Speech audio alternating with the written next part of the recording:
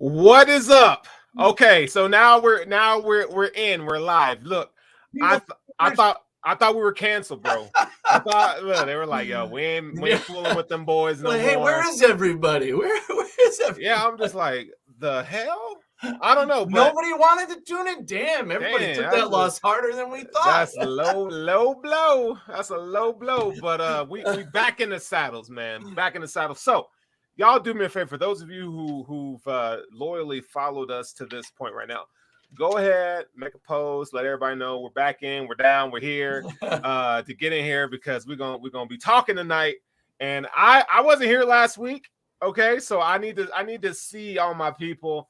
You know, I gotta, you know, we gotta talk, man. These are one of the weeks you don't want to do the show because you're just sad. Like you're just like, damn, like it wasn't supposed to go down that way, but we're gonna get into the game. But before we do that, let's go ahead and do our sponsor. So you guys see down there, Underdog Fantasy. They sponsor and support our show here at Cover One. And I want to make sure you guys know what to do. So here at Underdog Fantasy, it is the best place to play fantasy sports, including best ball, daily drafts, and pick 'em. You can start drafting in minutes for your shot at big cash prizes here at Underdog Fantasy. And to make it even better, like I always say, if you want to buy your girl a bag, you know, get your girl a Birkin, you know, this is the place to do it. Like if you're trying to get your kids, you know, if you got one of them dudes out there with all them kids, them baby's kids, and you need some extra loot, baby, yo, that's the stuff right there. The baby's kids, some extra loot. The kids need stuff. All right, you need it. Look, Underdog Fantasy, where you're gonna do that. So if you use the code Cover One, they're gonna give you $10. Like that's a free $10 just for you. So again, if you got $10. If you deposit that, they're going to give you 10. That makes 20, right? You know, we all went to school. Well, some of us did. There's other of us out there that didn't. But you know what to do. So anyway, man, how in the hell is everybody doing after that? I don't even know if we want to call that a game last night. but we're gonna get into that. But we do have a guest. Joe Miller is coming on the show, and he'll be in here probably around 5-10 minutes or so. So we will have Joe Miller here because last week he was on here and I wasn't in the show because my son had a basketball game. I'm very involved in what he's got going on. So if he's got a basketball game, Dad's got to be there, man. So it's one of those things that you cannot put a price tag to. You got kids, you know what I'm saying. So he had a basketball game tonight, actually. It was a 5:00 tip off Mountain Time, and it was over at 6, and I was done. I went home, and here we are. So, anyway, but I got some stuff to say tonight. That's for damn sure. But we're gonna get into all this, man. So why don't we go ahead, Anthony? And since Eric is not here today, let's go ahead and do what's popping. This part of the show where we go around the NFL, talk about the latest and greatest.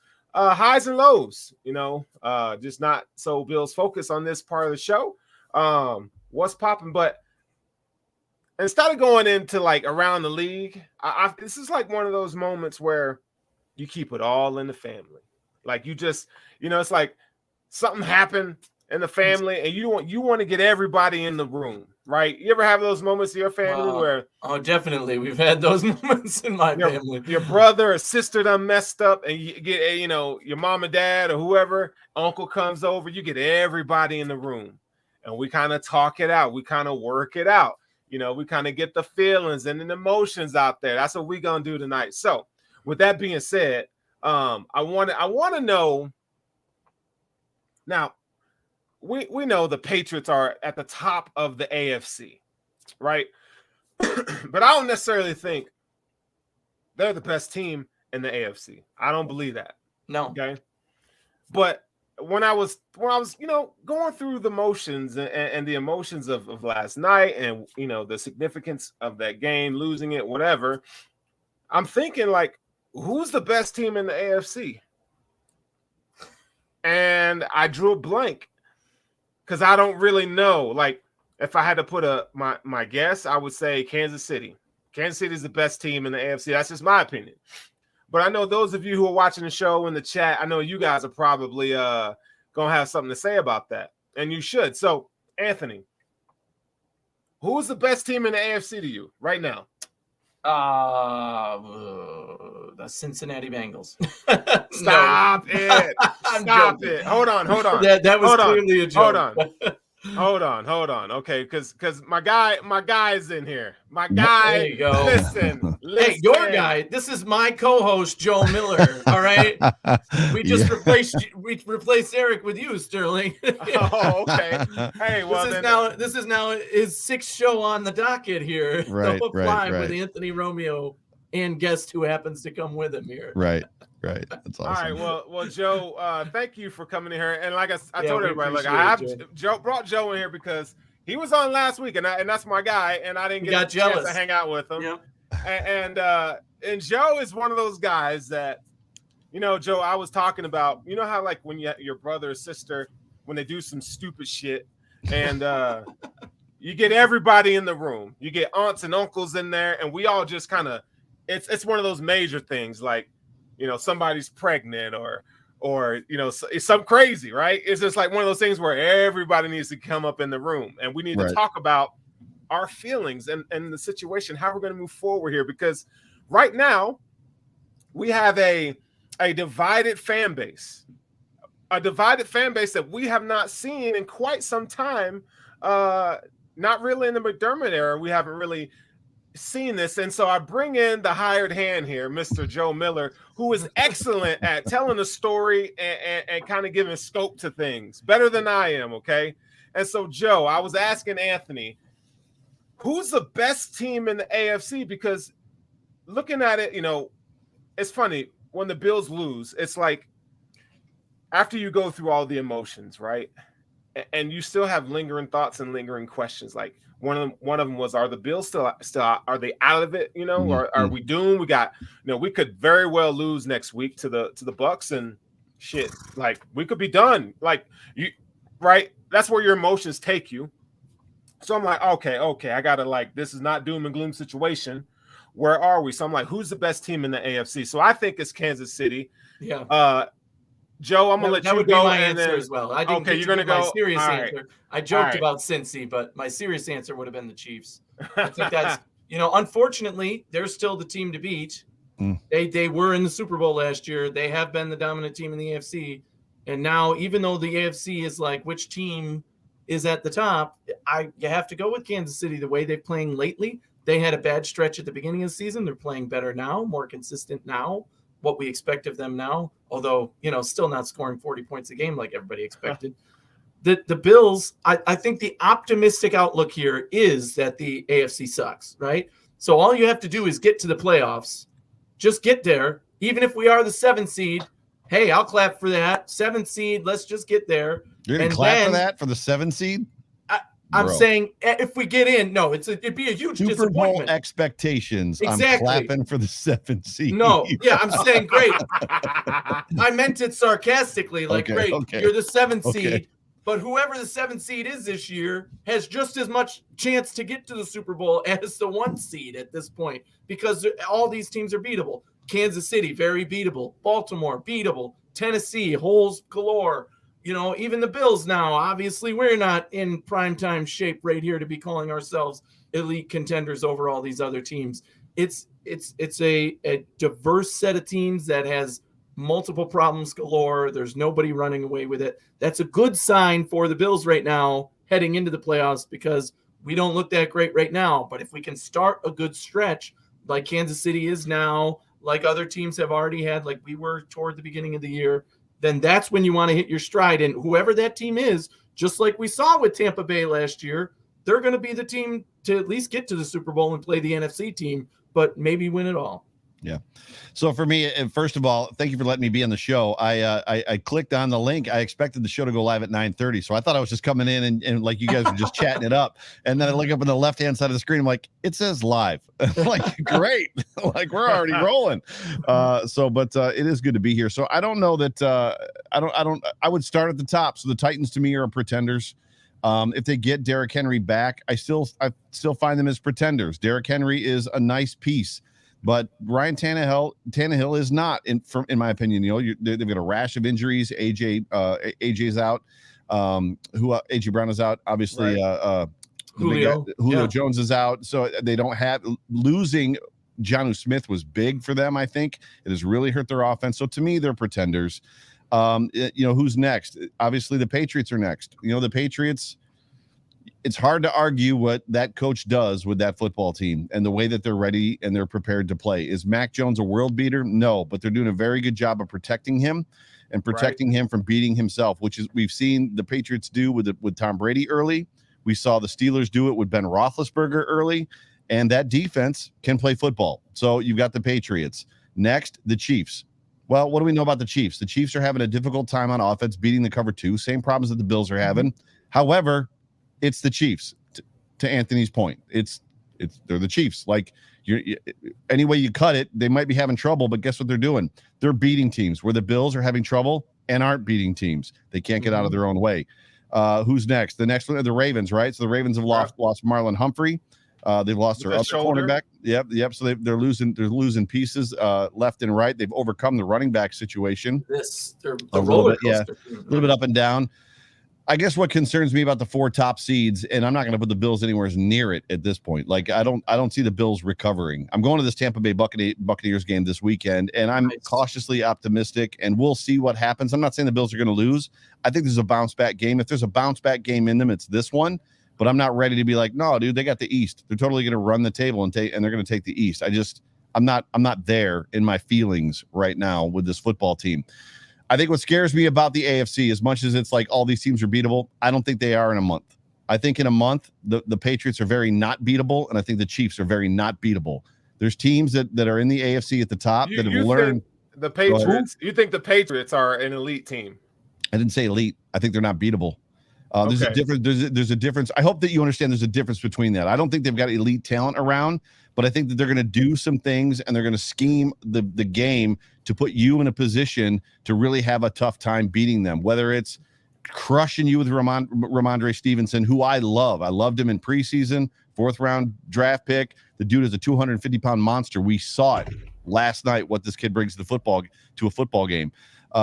Mac Jones is not going to make mistakes. He's not going to hurt you. But he's not. He is the ultimate game manager. And where the Titans miss that, for me, is the defense. The Patriots have that defense is back.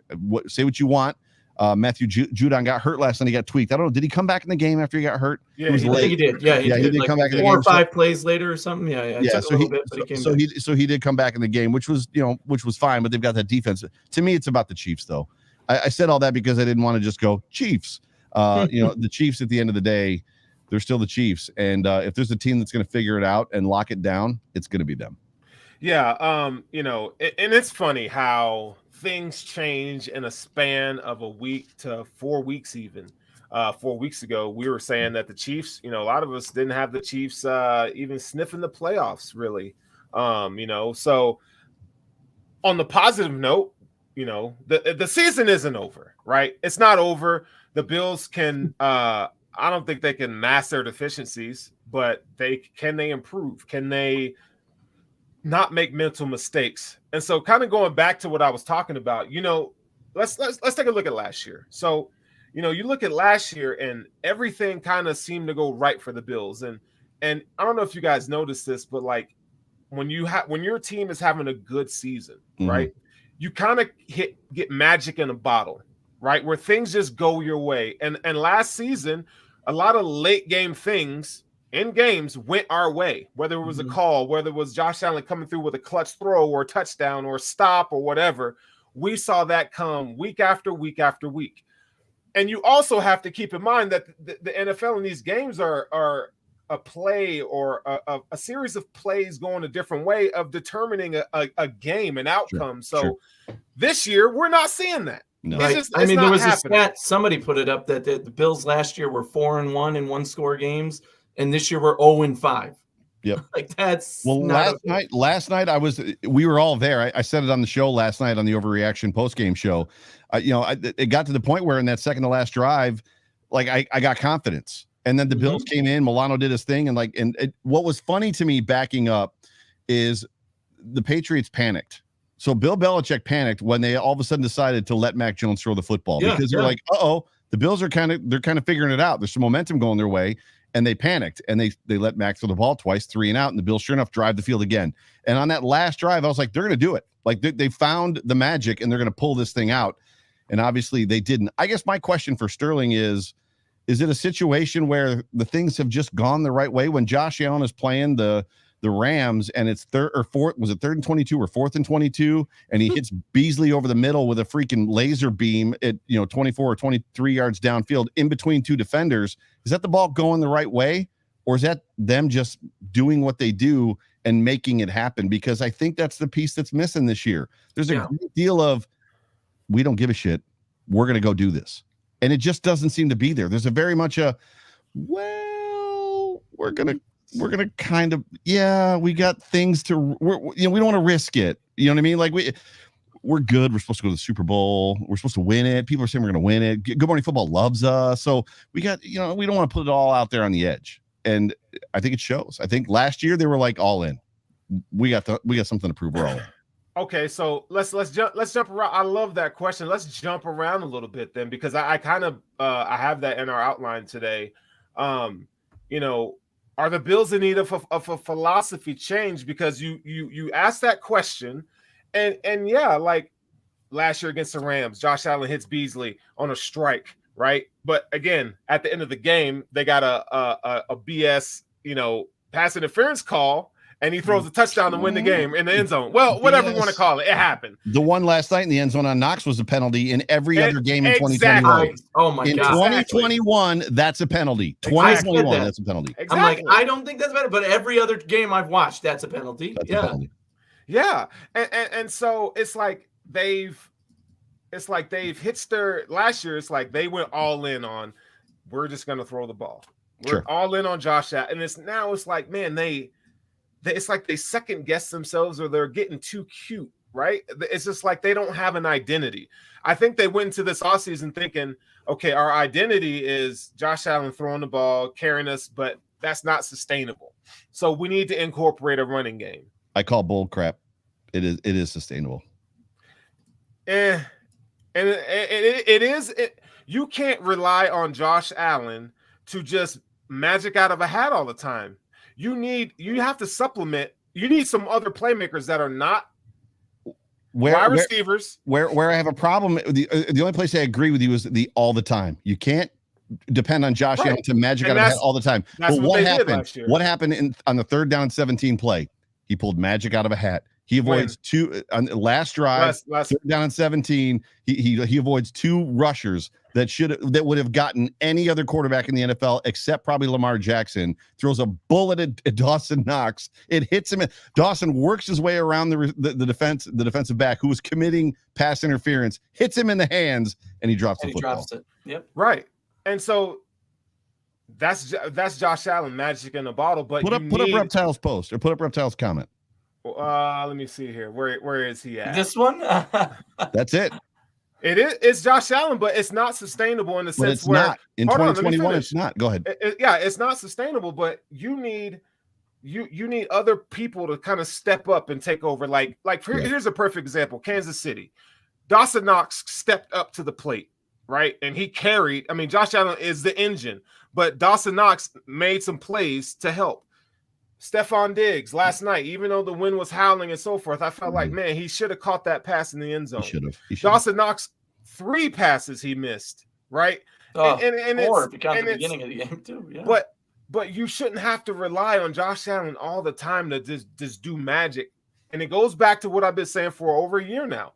You need a running back and an offensive line, right? To make some plays every now and then, and we just don't get it. We don't have it.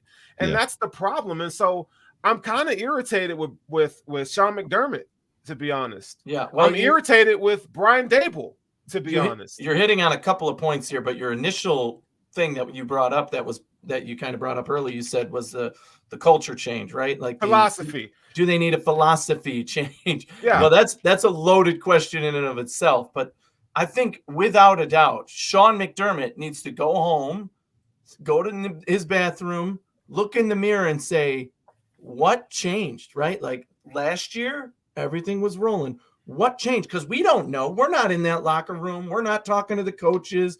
We don't see what the players are doing differently. But Sean McDermott knows. And whatever it is, he's not running as tight as ship. It's not working the way it was last year. Things aren't doing. So whatever changes he made, I don't care if it was, I loosened up a little and started letting them listen to music.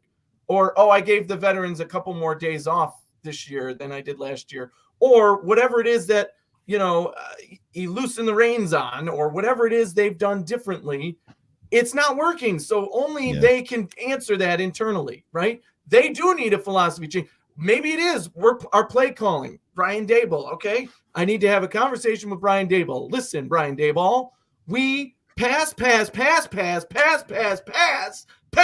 and then maybe run the ball, and then pass. No more of this weather-dependent, bullshit, whatever. Like, that has changed. That is something, as Joe alluded to, right? That was last year. We had an identity. It was Josh Allen. Pass. Definitely rely on wide receivers. But they don't see, and this is the all problem. This year, that's been a problem. It's let's we're going to try and run the ball. And in this game, we had the mandatory run it up the gut in the red zone for no yardage because we need to take a knee and lose it down in the red zone automatically. Every single game, stop doing that. It's stupid. So at the risk of cutting off Sterling, because I got to get it in on the philosophy conversation as well. Yeah. So I would start here. Last night, and I felt this. I did not say it on my show. I felt this, and it kind of resonated with me. And I didn't bring it up just because it's one of those things where if you say it on a show, right, and it's a podcast and it's a post-game show, people are like, oh, no, you're just reaching and blah, blah, blah, blah, blah. I want to know what you guys thought, because literally 4 different people that I saw today, my physical therapist, like a couple different people were like, were you paying attention? Like 4 people said it. Did either of you notice that McDermott just looked and acted different on the sideline last night? Yes. He looked very different than he has ever looked before. He had a countenance about him, and for those that don't know what that word means, it's just kind of the aura that you protrude. Yeah. He had a countenance about him of, this is not going the way it's supposed to go. And it's not this game. This season has not gone the way, and I don't know, either don't know what's going on or I can't fix it. Like, he was very, insert adjective here that's worse than frustrated, right? It was it was obvious something was up. So philosophy, something's going on. So there was a presser today. I did not get to the pressers. I was crazy busy today, but between the presser yesterday or today, somebody said on Twitter that they asked him about the offense, and he said, Daboll and I have talked, right? I got you right here. Here you go. I didn't think we honestly took advantage of our opportunities tonight, McDermott said. In response, I honestly didn't. The ball's at the 40-yard line, and we're 1 for 4 in the red zone. We got to figure that part out. Is there more to that? No, that was the overarching theme. Gotcha. There was an inference that him and Daboll talked, that he said, Daboll and I talked, and he knows what I want out of this offense. Yeah, and basically he was saying we talked and we're good, right? So, right. So, but the question is what the hell does that mean? Yeah. Does that mean we're passing it every down? Does that mean that I'm the conservative coach? I want balanced offense, and we're going to get this thing right, and we're going to be in the details and make sure when we rush straight up the middle in the red zone that we're going to get at least 2 or 3 yards. And Daboll's like, okay, we won't throw the ball. Or is it the opposite, where McDermott's like, where the hell did my offense go? And why are we doing this? And Daboll's like, okay. To comment quickly on that, because the one thing I would say is I think last year, McDermott was being McDermott, meaning that he let his offensive coordinator do his thing, and he let his defensive coordinator, even though he has his hands in the defense, obviously, he's the real defensive coordinator. But Leslie Frazier gets to do what he does too, and McDermott runs the operation, but he lets them call their plays, do their things, whatever, and that worked. So he was like, all right, we're going to do that this year. And now all of a sudden it's not working, and maybe this is the first step where he looked in the mirror and said, Daboll, go back to doing what we were doing last year and stop this crap, right? You hope. So maybe I don't know. It has to be. Otherwise, we're going full like Dick Duran here. So here we go. So hold on, let me throw a little wrinkle in there for you guys. Go ahead, Joe. Oh, it'll be quick. Or is it the opposite, where he watches the tape because McDermott is smart and he says, we're missing blocking assignments. Guys are running like the wrong routes. These guys are not prepared on offense. Blah, blah, blah, blah, blah. Get it right, and it will work. Or is he that guy? Go ahead, Sturls. So I think we got to go back to what Brian Daboll is as a play caller. And Brian Daboll is very much a guy who he likes to tinker with stuff. Mm-hmm. And I don't know if it's gotten out of control, or is it, then you look at the history of Sean McDermott, right? And he's only coached, as a head coach with the Bills. So we really can't look at Carolina as, because he was only involved on the defensive side of the ball. Mm-hmm. So it's like, and then you look at last year where the Bills threw the ball all over the yard. And I look at what they've done in the draft and what they've done with Brandon Beane. They wanted to get better on both sides in the trenches, And so I would try, based off of what you guys are saying, I would probably lean more towards McDermott is the one who wants to have a more balanced attack. Really? I think Brian Daboll probably is the one who understands Josh Allen better than, because living, breathing, he's there. I think since Brian Daboll's been offensive coordinator, the Bills have been very much throw the ball all over the field, downfield passing game, etc. So I think this is more coming from Beane and McDermott wanting to be balanced, because they know when they got to the playoffs, they couldn't execute their offense like they could, because things kind of got tighter and they didn't have a run game to supplement, And then also I will move on after I do this comment. This is a great conversation. Let's park it here. Let's park it here. Okay. Because part of what. Go ahead. Finish what you were going to say before. So you know how you have like great thoughts and ideas and then you lose them? You'll get it back. That's all right. You'll get it back. But the personnel is the problem, right? The reason I don't think McDermott took a step back and said, now let's do more balanced, is because he is the head coach and now realizes we ain't got a run game. We don't have a running back like I thought we got. We had what we wanted, which was an okay running backs. Right. That's all we wanted. Right. That's all we needed. Okay. We didn't need good. We didn't need average. Just okay. That's all we need. And we ain't got it. And now we have a problem. So and Sean McDermott as the head coach needs to be the one to recognize that and say, you know what? We simply do not have the personnel for that.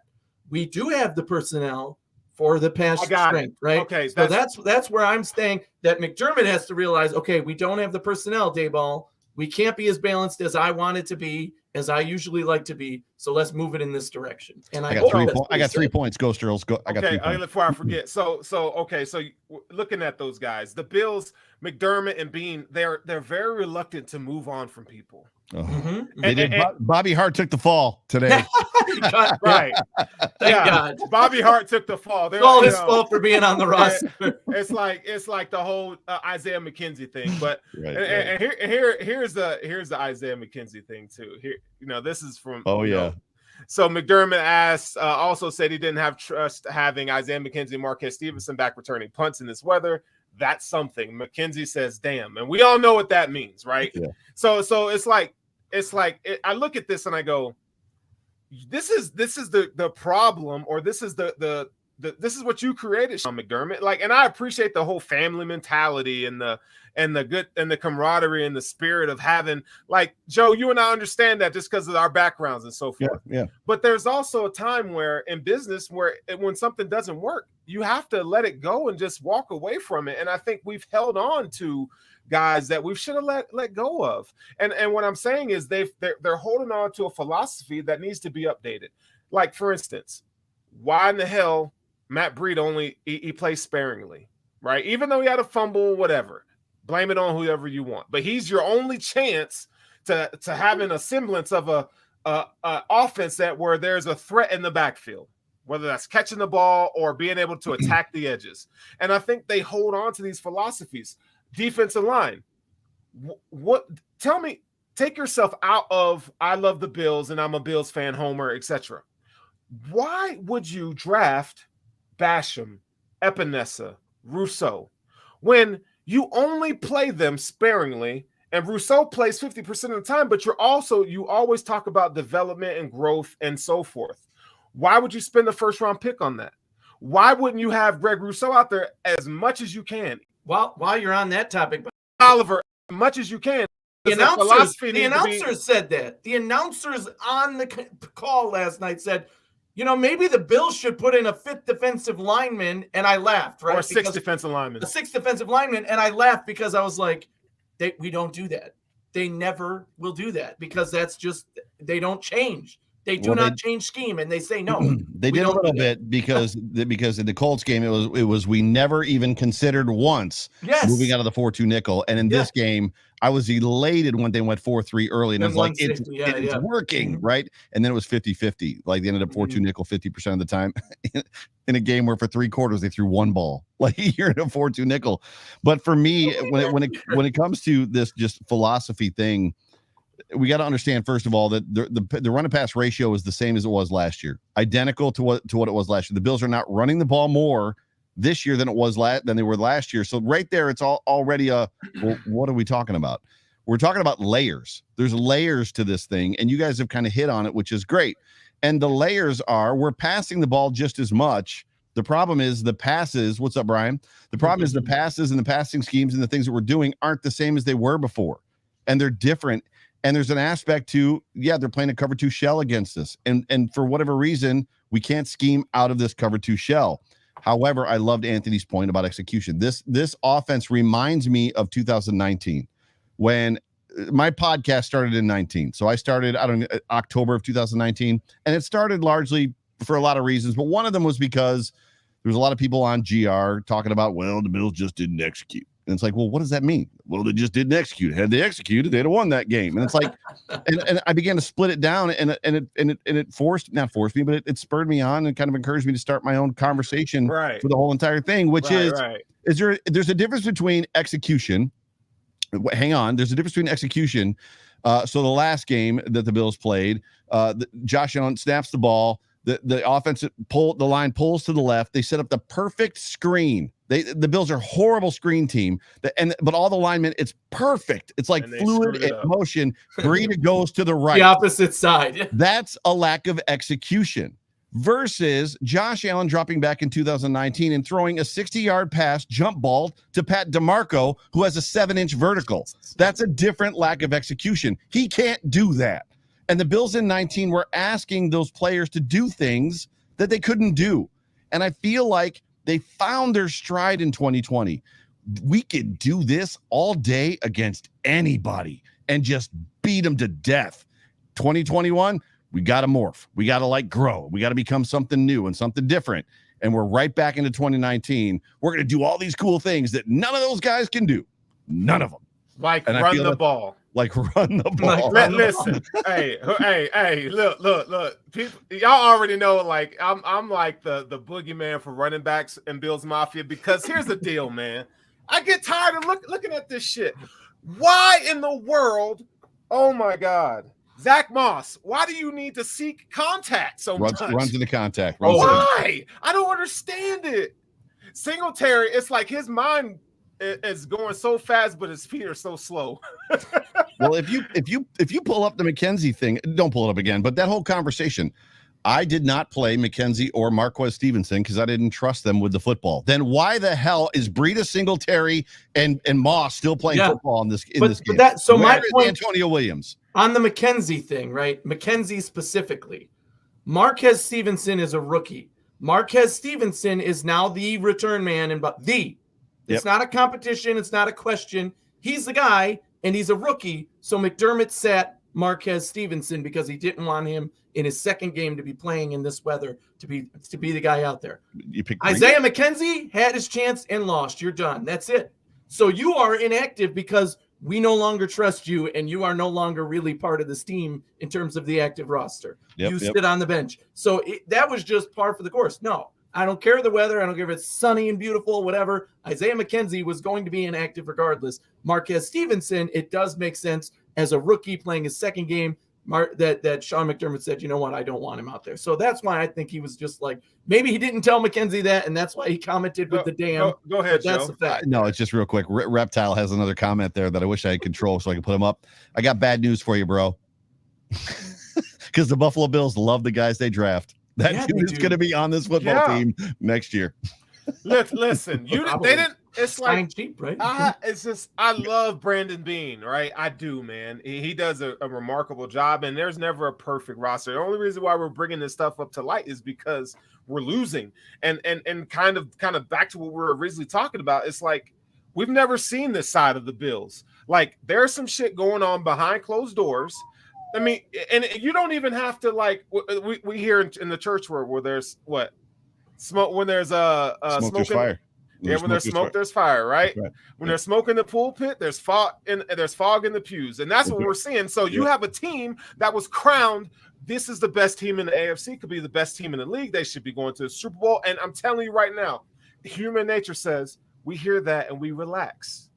That's why every time they freaking lose, Josh Allen, I get on Josh. If I could sit down with Josh, I'd tell his ass too. You know, I'm tired of hearing we got to do better. We want to be great. Stop saying it. Stop saying it. Starts with me. I'm tired of hearing it. We're angry. We're mad that we lost. We're gonna improve. And I get it. That's what you have to say. We're gonna flush it. You have to say that, and I understand it. If it starts with McDermott, it starts with Dable, and it starts with Josh Allen. Who does it really start with? You know, they say all the fingers point They're at all you. standing at the starting line. Right.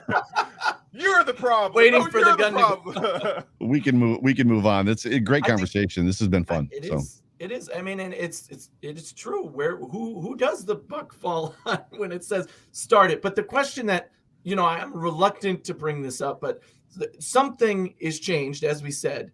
And I hope it's not culture in the locker room, meaning that there's cracks in the armor. These guys don't trust each other anymore. Anthony, right? There's cracks in the armor. That's what I'm thinking. And the big elephant in the room is COVID, right? Like you can't. Deion Dawkins almost died. And he told his story. This ain't COVID, dog. This ain't COVID, bro. I know you want. I know the scientist in you wants to go there, but it's not. I'm hoping it's not that. I don't want it. It's not that. But then you have guys who are vaccinated, guys who are not, and when they miss time, look at Spencer Brown now missing time. The team sucked without him. No, they sucked last night. He caused the penalty. He caused the penalty that negated a first down. Dawson Knox, another one. Killed the drive. Dawson Knox had a terrible game. Yeah, it isn't COVID. It doesn't have to be COVID, but I'm saying that could be an example of something. But there is something going on in that locker room. I just told you they got too high on the horse and they thought they have arrived. Well, it's that and it's Baba Yaga. The boogeyman is they're beginning to not trust the system. Right, and it's not defense. It's not the defensive system. They're not trusting the offense. And Joe, let me tell you why you're so right with that damn comment. Because if you go to and we're going to talk about this next. But if you go and look at what Poyer and Hyde said when Jerry Sullivan asked them the questions, they're like, bro, that he only had that one run, but we only surrendered 14 points. What does that say about your damn offense? That says your offense hasn't got the job done at all this year. Because when the chips are good, when everything's right, we're all happy. We'll score 35 points. But this offensive team has shown the inability to put the team on their back and win close games. Mm-hmm. The defense, you really, honestly, you can't be mad at the defense. If you went to 28 other teams and said, hey, would you take that performance from the defense last night? They all say, hell yeah. Yeah, nothing. They all say, hell yeah.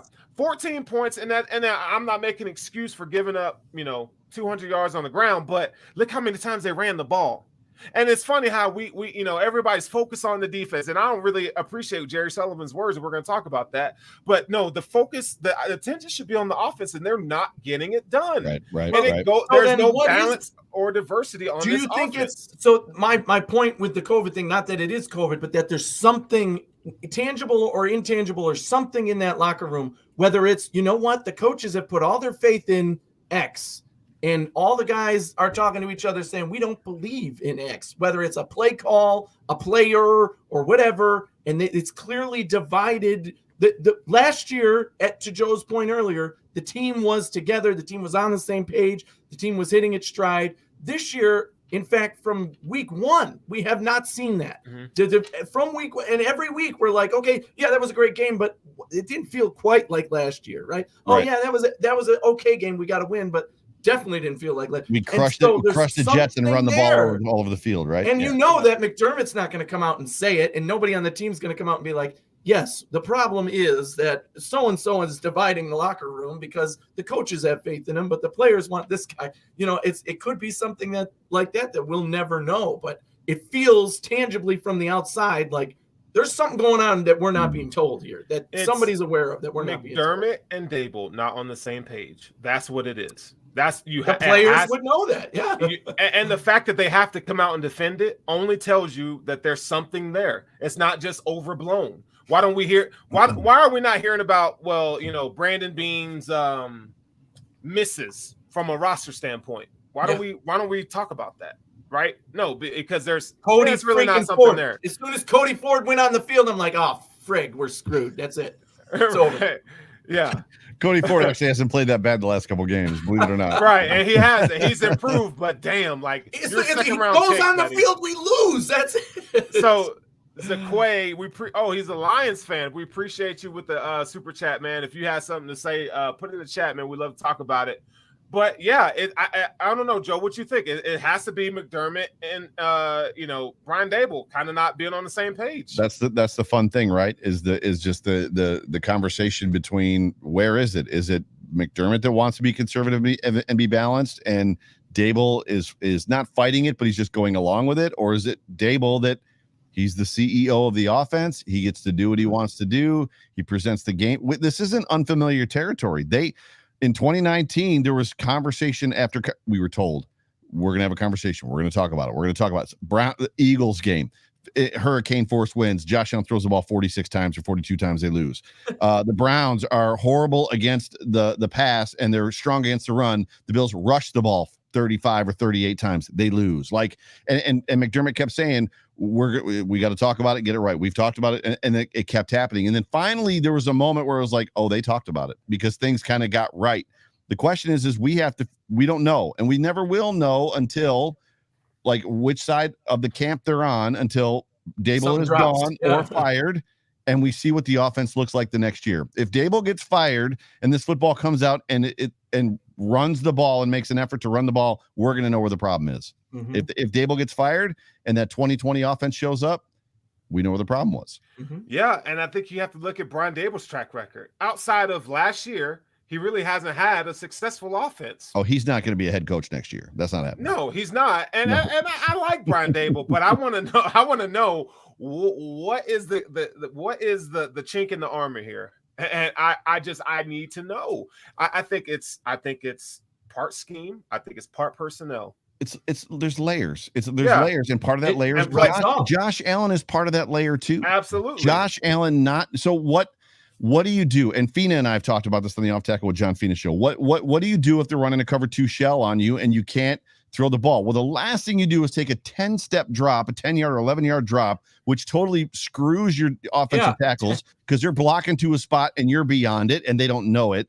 And then you're holding the ball, waiting to see who comes open downfield. Worst thing you can do. There are plays that you can run. There's throws that you can make. You can work Beasley. You can work whoever underneath to pull that safety down. Even when they were cover 0 last night, the Patriots, which didn't happen often, they missed the throw. But I mean, there's layers to it. It's not all Dable. It's not all McDermott. It's not all the running backs. It's not. There's so much blame to go around. There's a lot of blame to go around, and you can. And Trick 44 says McD wants offense to be run first, and that's not who we are. I would love to know who wants it. I don't know if I can't sit here and say it's McDermott. I can't sit here and say it's Brian Dable. I really don't know. Go ahead. Sorry. No, go ahead. You really don't know. Finish it. Look, I don't see. I'm old. I always forget. I'm sorry, dude. I'm sorry. This all leads back to Sean McDermott's attitude change last night, right? Screaming at the refs, just the look on his face and the way he was pacing on the sideline. You know what I didn't see? Oh, 3rd and 8, you got 5 yards. This is Sean McDermott for the last 3 years as a head coach. It's 3rd and 8, you got 5 yards. Last night, every play. Yeah, and last night he saw the season. He saw the season slipping away last night. He was livid on the side, especially for Sean McDermott. Maybe he looked like a normal head coach would in that situation, but for Sean McDermott, that was like something is clearly wrong. I mean, you could see the flames coming out of his head as he was pacing and screaming at refs and arguing calls, and even with guys on the sideline, he's with the Matt Milano thing. He was clearly saying something to Matt Milano like, where you're doing something wrong, you should be there or do that. And then Matt Milano came out on fire. So, if that was late, that was when he was telling him to shoot the gap. He was telling him, like, and it's funny because that's a moment where he's going around Leslie Frazier. Yeah. And he's coaching up the dude saying, shoot, this is why I'm the head coach. And Leslie Frazier is not. Shoot the mother effing gap. And Matt Milano did. And all of a sudden, like, Matt Milano was playing like a man on fire. It was just that was the moment. But go ahead. Do we not forget that Sean McDermott took over defensive play calling duties a couple years ago from Leslie Frazier? Sure.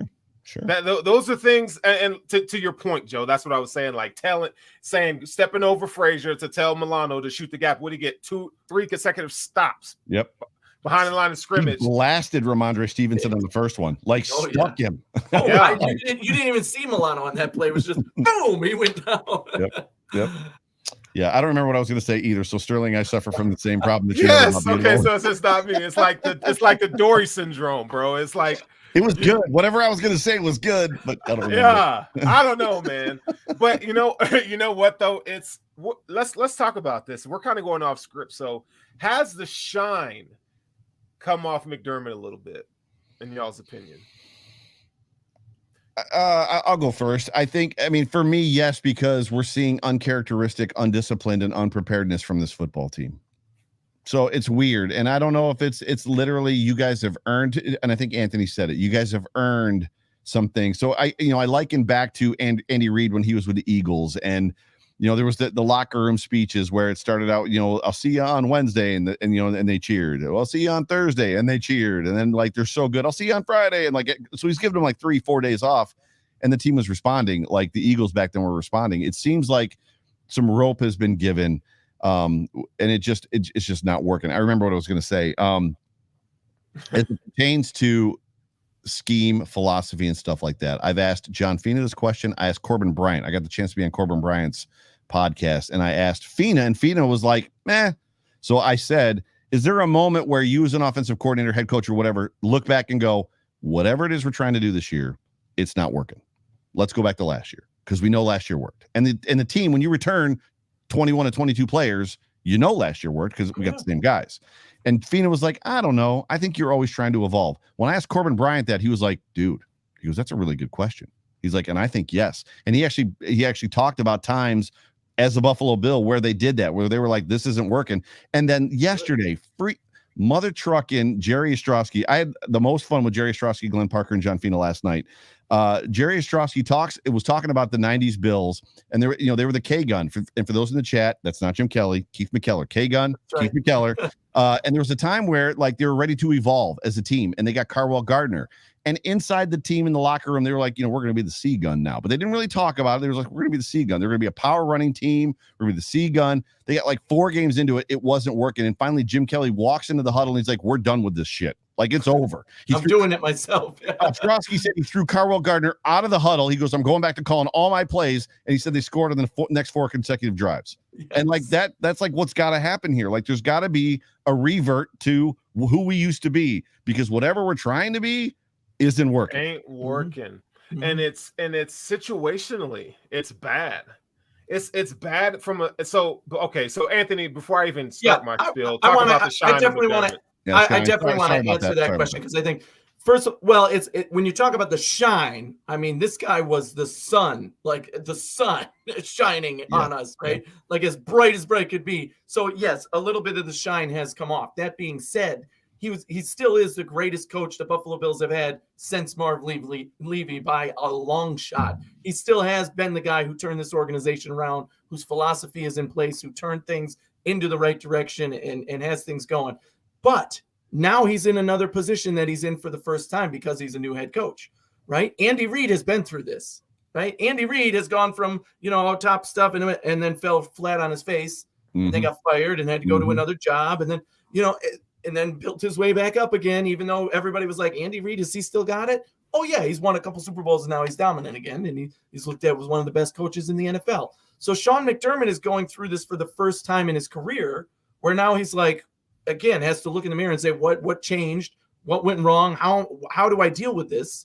And maybe he is talking to some of his mentors and saying, like, I just don't know, and how do I deal with this? How do we move this going forward? There certainly has been, as there always is, overreaction. So I'm sure Joe Miller gets that a lot, of the fans saying, oh my God, Miller's oh my God, Miller's there. Oh my God, Coach McDermott's terrible. It's a horrible. It's the end of the world. Fire him. Get rid of him.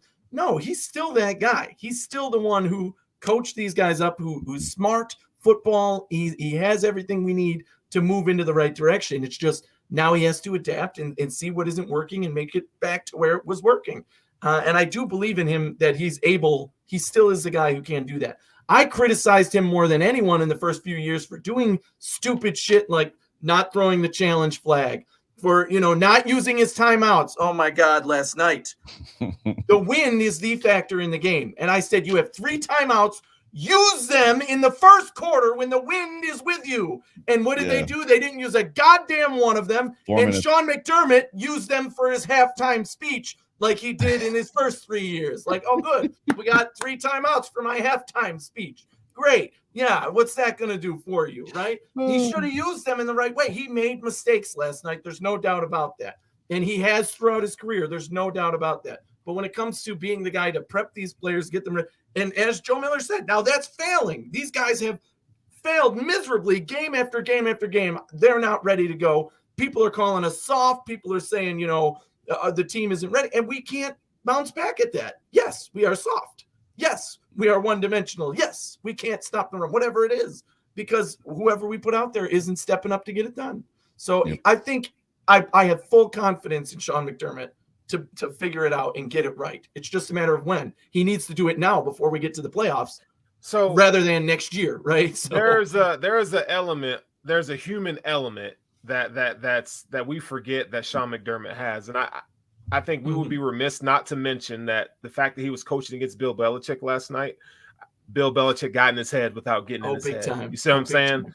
Because after the game, he goes, well, let's not give Bill Belichick too much credit here. Well, that's the last thing I want to hear you say, buddy, after a loss like that. Like, Bill Belichick shouldn't even be in your damn mind. Like, he schooled you last night. That's why he's the best coach in NFL history. He schooled you, right? So you should be taking notes. You know what I'm saying? Like that. I don't want to hear him say that publicly. You know what I'm saying, Joe? Like, I need a different response. Like, yeah, they whooped our ass, and we as a team and as a unit, we got a lot of work to do. We're not there. We're not a good football team. That's what I want to hear you. If you're going to say something, say that.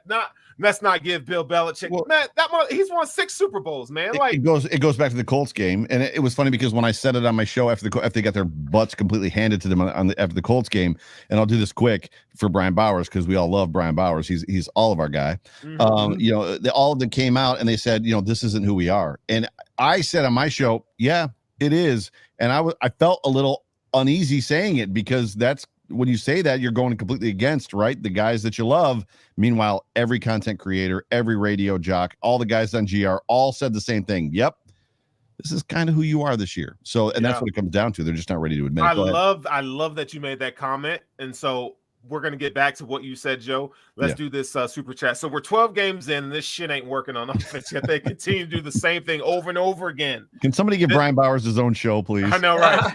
This is the arrogance and stubbornness I've been talking about, shaking my head. And what he's saying, I mean, you can't be mad at that. Like, you know how it's funny? It's like, as content creators, we listen, we hear the fans and what they have to say, and a lot of times it's easy for us to go into schematics and analytics and try to, well, it's not really that. But sometimes, like what he's saying, they're absolutely right. Like, this shit ain't working. It's not a matter of analytics. It's not a matter of being, going over the tape. No, my grandma can see this shit ain't working, and they need to find some answers. Now the season's not over. It's not over, and there's things that they can do, what they're going to figure out, because I don't know what the hell to do, right? But this offense, we ain't even talking about the defense. We know the defense is whatever, but offensively, they got some work to do. So what I want to do real quick is kind of talking about what Joe was alluding to. I want to read this. We're going to talk about the Jerry Sullivan issue, what was going on last night, because apparently, it kind of got a little heated in Bill's Mafia about Jerry Sullivan, but this is a place, this is a safe place. And I'll before I even play the comments, I don't agree with his delivery, but I understand his frustration, where he's coming from and what he's saying, right? So take away how he did it, but listen to what he's saying. before you judge or before you come up with your own opinion. Let's see what we can come up with together tonight. So this is what happened here. So they're in the press conference. Jerry Sullivan raises a question, and this is Jerry Sullivan's column today.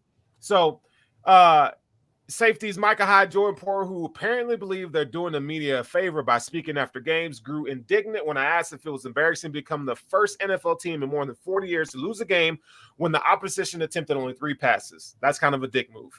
What kind of question Hyde began? What are you doing, bro? That's what Jordan Poyer said. Wait a minute. There was what kind of a question? There was a moment inside of there where Hyde looked to it used to be Scott Berchtold, looked to whoever is in charge of the media stuff, like the spokesman guy for the Bills, and he looked at him, and I think he said, what are you doing, bro? Like, to Sullivan? Yeah, not to Sullivan, to like whoever's employed by the Bills that's now in Scott Berchtold's role, that basically owns that room and basically allows who gets to ask a question. Who gets to ask questions and who gets to be in that room. He looked at him and he's like, I think he's the one that said, Micah, what are you doing, bro? Like, why is this guy here? Sorry, go ahead. Oh, okay. Well, that's a different perspective. And then Poyer said, what kind of question is that? What kind of question is that? It said, well, it's a perfectly reasonable question. Sorry to be the bearer of bad news, fellas, but the Bills embarrassed themselves in front of a national TV audience, losing 14-10 on the Patriots on the night Bill Belichick decided he could abandon the pass altogether and still walk out of Archer Park with a victory. The arrogant one, Bill Belichick, pulled it off, leaving the Bills to contemplate their worthiness of a Super Bowl contender. Indeed, their chances at even making the playoffs after they fell a game behind New England in the division and dropped to a tie for a wild card in the muddled AFC at 7-5. And so this is the part I wanted to get to. They ought to be embarrassed, but here are some things being said about the Bills out there in football. So he's still kind of being a dick. But now tell me if you guys have said this or thought this. One, they're a soft team.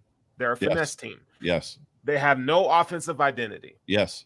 They can't run or stop the run. Yes. They commit stupid penalties. Yes. They're front runners who go to pieces in a crisis. Yes, they wilt. They're in denial. Yes. And they're not constructed to play in tough weather. That part I don't agree with that part. I don't. Josh Allen proved it last night. They're not fit to play call in bad weather. So what are your thoughts on that? Like, I don't agree with his delivery and how he did it. He could have done it in a better way. When you're the press and the media, man, you just don't do it like that. But he's Nick writing it right now. That's what he's doing. He's getting all the attention. We're talking about him. Other places are talking about him. His name's in the paper. That clip's on ESPN. He is Nick writing it right now. And Jim Rome and Colin Cowherd and Good Morning Football and all of them. Like so he's trying to get a job. So for those that don't know, Jerry Sullivan, I think doesn't have a job. No, he doesn't. Like he's writing for some independent something. He got fired from Buffalo News and then went to some radio station up in Niagara County, and that flailed. Like it didn't work for it. So he's trying to get a job. There's a way to ask that question. Hey, things didn't go well for the very first time in 40 years. You guys lost a game by to a quarterback that only threw 3 passes. How does that make you feel? Right. Or how are you? How do you respond to that? How do you respond to that? Right. Yeah. Versus, is that embarrassing? Yeah. Well, mother effort. Yeah. Excuse me. Are you soft? I'd like to see him ask that question. I'd like to see him try and ask that question. The hard part about that, Anthony, is we've all said it. And I think we've all, and that's that. And that. And I'll get to that comment in just a you second. think I'm going to say, oh, excuse me, the criticism of this defense is you're all soft and you suck and you can't do. No, you can't say that. They'll just kick you out. So that was the point of. So that was the point of bringing that up. So again, the delivery sucked and what he said was shitty. But what he's saying in that column, he's spot on. And look, man, and that's what I wanted to bring to light. It's like, yo, it's great to be a fan, right? But man, do yourself a favor so you can sleep at night and just call it what it is. This team struggles in some areas this year, right? And they have to get better. They have to get better. And so the Bills are soft at times. They don't play from behind very well right now. They're in denial when it comes to look. You got 2 running backs that aren't cutting it overnight. Not cutting it. Been telling y'all even before the preseason, these running backs ain't cutting it. You need to draft somebody. You need to get somebody in here. Trade, I don't care, but these 2 guys, they not cutting it. And whatever. We could talk about a whole plethora of things, but what he's saying is not incorrect, man. This team struggling for sure. And now you add everything to it. Now they're imploding from the inside, it seems. Yeah. What were you going to say, Joe? There's just a situation. I mean, it appears as I'm sitting here listening to you kind of break that down. The Bills weren't a bully last year. They were a finesse team last year. But they were in a situation last year where when the bully came at them, Josh Allen was number 1 in the NFL against the blitz. So go ahead, bully us. We don't care because we're going to get the ball out quick. Our guys are going to be open. I'm gonna throw lasers at them. They're gonna catch them, and we're gonna beat you straight down the field because we can. So go ahead, be as tough as you want. Flex that muscle. Be big and slow because we're fast, and we're gonna strike fast. And they're in a position now where it seems like, you know what, we're gonna try to be bullies too. And guess what? You're not even close. Spencer Brown is the only bully on that offense. Yeah. And so Eric S says, and thank you for the contribution. He has the Simpsons avatar. That's dope. He says, we dropped so many passes, bottom line. Yes, we did. Player performance, we could have won. I agree with that. Season will be fine. And I think that's what we need to define. The season will be fine. Right. Probably better playing on the road in playoffs. I can't get behind that because the Bills are showing that they can't play on the road or at home. We can't string together. We cannot string together 2 consecutive games of consistency. And that's a big problem, especially going into the playoffs. You win one game, you're like, oh, well, we know the Bills are going to lose the next one because they won this one. And that it doesn't matter how good they play. Like you said, they need to show that consistency. But the point I like there is that the season is still going on, right? Yep. The point I like there is we play New England again in 3 weeks, and I still will hold to what I said last week, that our team is better than their team in every way, shape, and form. And the weather played a factor last night and changed the game plan. And obviously the guys did not step up who dropped passes and all that, as alluded to. But the Bills are better than the Patriots. And if it was great weather last night, we would have beat them by 30. And if it's okay weather in New England, we're going to beat them by 30. The Bills are not better. The Bills are not better in every way, shape, or form. They got a better offensive line and better running backs. Running back. Yeah, well, they got a rookie. What's the next topic? You two talk about it because I have a technical issue here. So just give me a second. So look, man, it's what's the temperature in the room, man? Like, so we talk about, is the season over? Right? Like that's a valid concern. I'm not saying it is, but it is a valid concern. I mean, Anthony, do me a favor and pull up the Bills' remaining schedule. Tell me what the Bills' remaining schedule is. We know the Bills' remaining schedule. So we've got we're going to get into this game, or at least we're supposed to, right? I just want to hear you say it out loud. Go ahead. Tampa? The matchup with the Tampa Bay Buccaneers. Yeah. I know. That means we're playing you-know-who, and it's the game of the year for the Bills. And what freaking Tom Brady said himself, oh, yeah, this is the one I've had circles against the Bills. It's not a good matchup for us right now. We're going to get into that, but the Super Bowl champions on their own field, that certainly does not bode well for the Buffalo Bills. But we still have winnable games on the schedule. We play after Tampa Bay. We play Carolina, a competitive team, but we should beat them. We play New England again. I already said I expect us 1,000% to win that game. We play the Falcons. Okay, if we don't win that game, I mean, wow. So, and then the Jets. I mean, come on. The Falcons and the Jets, the last 2 games. At this point, you've got to beat Carolina now. That's a must-win game because they're the next weakest team in your schedule. There's 3 wins in there, Anthony. There's 3 wins in there, and the 10-7 is the new 9-6 or 9-7 or 9 whatever it is, 9-6, right? Or 9. I don't even know anymore. 10-7 is the new 9-7. What's the new 8? So the Bills have to win 3 of the next 4 games, or it's over. Yes. If they win 3 of the next 4 games, I think it's over. Yeah. They got look. They got to win out. They got to win out, you think? I think so, to make the playoffs. You think? Not in the AFC. Okay, hold on. Not in the AFC. Not in the AFC. Look at the teams. The Dolphins are making a run. They are. Look we're only 1 game ahead of the Dolphins. You're laughing about you're making the point for me and laughing. Yeah. I'm right. Yeah, we're only 1. Look at the standings. I'm right. We have 7. They have 6 wins. If they win 3 of the next 4, they don't make the playoffs. Oh my God, this is bad. This is so bad. See, this is why I don't need to talk to y'all because this is bullshit. 6 and 7. We're 1 game behind. Look at this, Joe. Miami Dolphins. Look at this, man. You mean to tell me Oh, hell. The Dolphins are still missing a bye, so the Dolphins are still missing their bye week. If the Bills lose this weekend, they're 7-6. Are the Dolphins playing? If they win, they're 7-7 or whatever. Or if they have a bye, I'm just saying, who else is in that list? The Chargers 7-5, the Bengals 7-5. The Steelers have found it. I don't know why or how, but the Steelers have managed to find it. The Colts are a good freaking football team, and they're well coached. And they beat us, so they have the head-to-head. Yeah. But, I mean, this week, the matchup against Tampa, I mean, we got to get in. Yeah. It's not a good matchup. This was one of the games at the beginning of the year that I said would be a loss for the Bills. You're going to be there, Joe.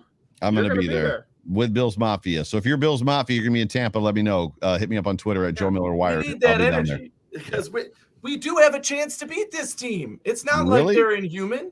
You can beat them. Anthony, the ever optimistic Anthony. I'm not predicting. Listen, I'm not predicting. I just said I predicted the Bills to have 3 losses this season, and one of them was to Tampa Bay. I'm not about to change that after the way they're playing right now. Well, they have 5.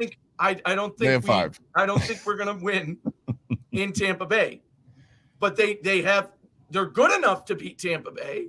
There's no question that this roster is capable of beating a team like Tampa Bay. Here's the problem. So the NFL, Sterling will tell you this because he's in the scouting academy. The NFL is about matchups, right? So it's about matchups, and that's why the any given Sunday thing works. That's why the Jets beat the Tennessee Titans. That's why good teams lose to bad teams at times, because it's about matchups. So yes, the Bills could absolutely beat the Tampa Bay Buccaneers, but the Buffalo Bills are not a better team than the Tampa Bay Buccaneers. They're not at any level. At any level, they are not better than the Tampa Bay Buccaneers. It's true. Any level. Think about it. Linebackers. No. I'm trying to secondary, yes. Secondary, yes. With Trey, definitely. They're better in the secondary, but that's about it. And I'm not trying to be a Debbie Downer. I'm not trying to be negative. I am I'm one of the few shows that comes at people emotional overreaction. Like when the Bills are winning, they're the greatest team ever. Like I'm the Homer Goggle guy. That's me. Not quite as much as Anthony, but where are you at over there? No, but that's what I'm saying. I think they're going to lose this game. I'm not picking us to win this game. I'm saying we can. And I mean that more from a Tampa Bay perspective than a Bills perspective. The problem that sank that ship for me, why I definitely am saying I'm not picking the Bills to win, is because Tom Brady came out and said, this is the game I've had circled all year. I know, right? And when Tom Brady says that, you're fucked. He said that? He said that? Yes. He said, this is the game I've had circled on my calendar. Scooby says Gronk is going to smoke whoever's on him. Hey, have we forgotten how much Gronk loves playing the Buffalo Bills? Yes. Oh, dear God. Wait, Brady said he had this game circled? Yes. He said we got a good Buffalo Bills team coming in that we got to work on at home, and this is the game I've had circled. Biggest matchup of the year. This is the game I've had circled. Yep. Oh, well. In his post-game presser this weekend, that's what he said. That broke my heart because I was honestly hoping he'd be like, oh, it's just another game. It's an AFC opponent, whatever. And we could sneak in there and be like, okay, maybe they'll be sleeping like they did a few games ago and they lost and they weren't able to score 40 points. And if they make a few mistakes. We're the Jaguars going to play the Buffalo Bills right now, right? Let me tell you. We have to hope that they fuck it up. And then Let me tell you how diabolical the NFL and the football guys just did the Bills. The Patriots just beat us at home. And then we're going to see Daddy, and he's about to go roughshod over us, and we're about to take 2 L's in a row. I will tell you one thing that I was pissed about when the schedule came out was that we do not play New England. We play them twice in December. We didn't play them until week 13 of the damn season. And to me, that is holistically and uncharacteristically wrong because that is a divisional opponent. They have a rookie QB, and we don't get to see them until week 13 after this kid's got 13 weeks to get it right. After that team got it straightened out. You're playing your division opponent. You should play them in the beginning of the year and at the end of the year. That's usually how it goes. Like within the first 6 to 8 weeks, last 6 to 8, it makes sense. But no, they decided to, the last 5 weeks of the season, you're going to play the same team twice. Come on. I don't know, man. I'm depressed. I thought I was going to come in here and feel better about life in the Bills. The light at the tunnel again is that we play the Jets and the Falcons are the last 2 games of the season. Jets are the very last, Falcons the week before, and that we can beat Carolina, right? We know and now can we though? Can we? Come on, Carolina. Come on, the Jaguars. At home? You were in Jacksonville. I can't count the Bills to beat anybody right now. No, Falcons in Carolina. Those are W's in Buffalo. Supposed to be January games. Carolina into the Falcons. That's where literally I've been a non-domer guy since the whole conversation has come out. You want Carolina and the Falcons to play in Buffalo because when they it's Cool Runnings. When they got to Calgary, they walked out of the airport and they're like, "Oh my God, what is this?" And that's literally what's going to happen when those teams get here in January. Those are W's all day long. W's. Yes, I think so. And that's the big thing. Falcons are going to win. What you need to be worried about is the fact that the Bills are going to win out the season. So they're going to win those last 3 games. And then everybody's going to be like, they righted the ship. They got it correct. And going into the next year. And guess what? Until they see Indianapolis in round 1. Right. And there's gonna be 250 yards rushing, and it's over. I mean, I'm just saying that we ain't going to the Super Bowl this year. I would be happy. Look, Super Bowl, throw that shit out. Divisional round win, that's the goal. The only solace that I have, and this is my age, is the Buffalo Bills when they were great. And history repeats itself. They went to the AFC Championship game, lost to the Bengals, and they got bounced in, I think, the first or second round against the Browns the next year. And then after that, they got their shit together, and they figured it out. Well, I'll be honest. The favorite time of the year for me is the off season. Like I love the season's whatever. I'm here for the draft. I'm here for free agency. That's where I really love. I know you do. It's a grind. Nobody watches my show. Nobody listens to my show. Like it's like I'm just taking this month when you're off. the overreaction host. That's why you have me on your show. there's no game to post because when it comes to draft talk and that's my lane. I really enjoyed it last year. That was fun. But we don't want to get to that. I want playoff wins. I still want a chance at the Super Bowl. And again, all you need to do is be in the playoffs to feel like your team can do it. And we won't know what the momentum is until we get there. I do want to right the ship in those last few games that we should win. We have to beat New England the second time too. Second game. We need to beat them. Yeah. And then we win 4 of these last 5 and you're in good position. And that's where you should be. Now you screw up somehow in one of those games. And like Joe said, then your luck is in somebody else's hands. Some other team needs to screw up in the AFC for us to make the playoffs. And then, it's a crapshoot from there. Who's going to show up? Which Buffalo Bills team shows up in the playoffs? But again, this is exactly the script that we were saying about Tampa Bay last year. In November, they were dead in the water. Everybody was like, oh, they're done. And I was loving it. I was one of those people saying Tom Brady looks like crap. The team isn't playing well. And then they turned it on when it counted most. Going into the playoffs, who picked them to win game 1? Nobody. Same with the Chiefs. Who picked them to win game 2? Nobody. Who picked them to win game 3? Nobody. And they did. They won the damn Super Bowl. So, it was that easy easy, but they were the team. That is the scenario that the Buffalo Bills need to happen right now.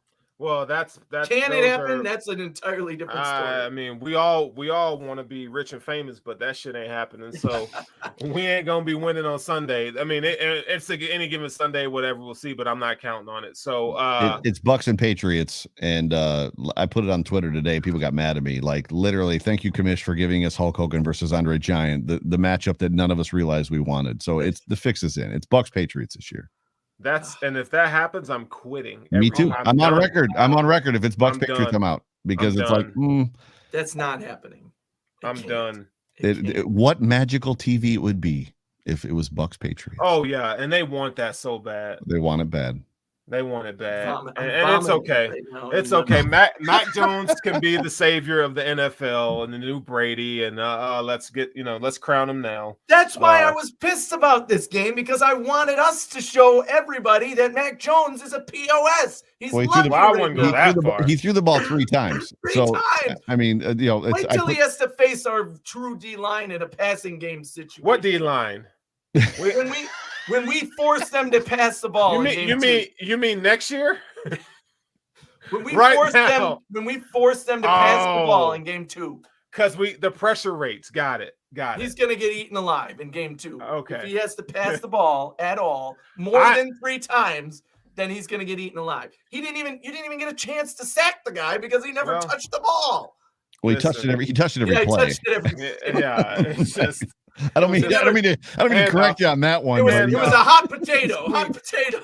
I mean, how are you feeling if you're Mac Jones right now? As much as you said that was a weird game, like that boy came out and said it takes a village. Right, like that dude walked away from that football game watching Josh Allen throw darts all over the football field. 30 passes, he only completed 15, but there was a lot of drop passes. And his head coach and his offensive coordinator were like, "Yeah, no, it's not going to happen, bro." Like there's one point he's going, "I'm going to throw it," and they're like, "No, you're not going to throw it." Like, man. Well, we could name the quarterbacks that have won Super Bowls that were like, who now? With there's more of them than great quarterbacks. Yeah. Imagine we sweep the NFC South though. Yeah, that's gonna get us somewhere. I mean, not to be a dick trig, but that ain't gonna get us shit right now. Dum. I mean, bragging rights in the NFC. I mean, I don't know, man. I'm just like, damn. Like, I don't know. I guess we'll see. They're the ones that got to play. But before we get out of here tonight, and I love to see your face right now, Joe. I apologize, first of all, for bringing the whole room down. I don't think this was my fault, but I apologize. It's honesty. But look at this. My Michigan Wolverines. Oh, y'all know I haven't talked about it all night. Listen. I'm freaking excited because all y'all out there's a lot of Ohio State fans that watch our show.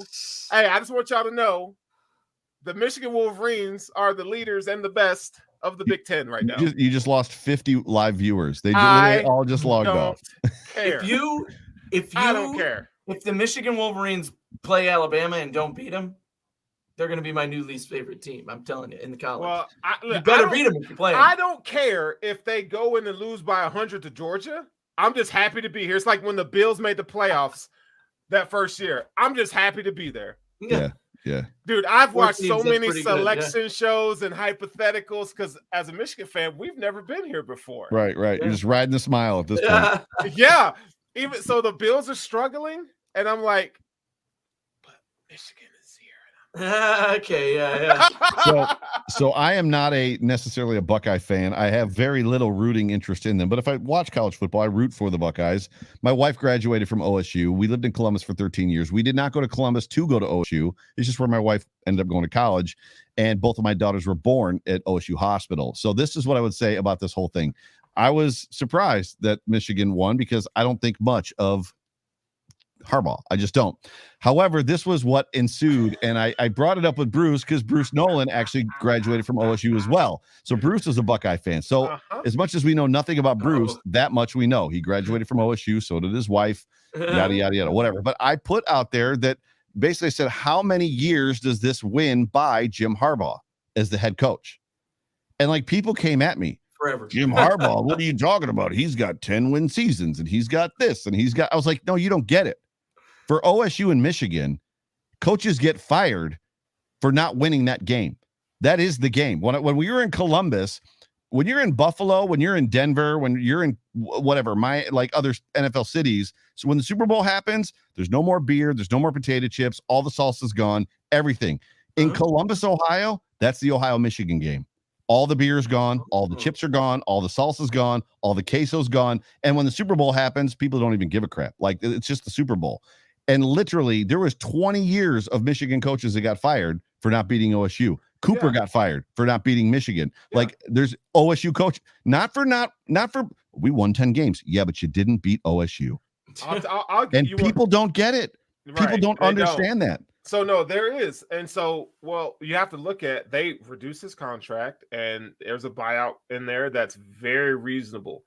So this win buys him 3 years. Yeah, absolutely. It buys him 3 years and nothing more. Now, here's the silver lining though. They have a quarterback in JJ McCarthy that's going to be really good. And if they could capitalize this offseason on some good recruits, get some more 4- and 5-star guys, they've gotten 3 4-star recruits in the last week. So if they can go out and get some more offensive weapons, they're going to be okay. If they lose to Ohio State, it's by a close score, right? Yeah. But if they go out like they have been to get blown out by Ohio State, it's over. One dude came at me and he was like, "Do you know how many players Harbaugh has put in the NFL?" I was like, "That means nothing if you don't beat Ohio State.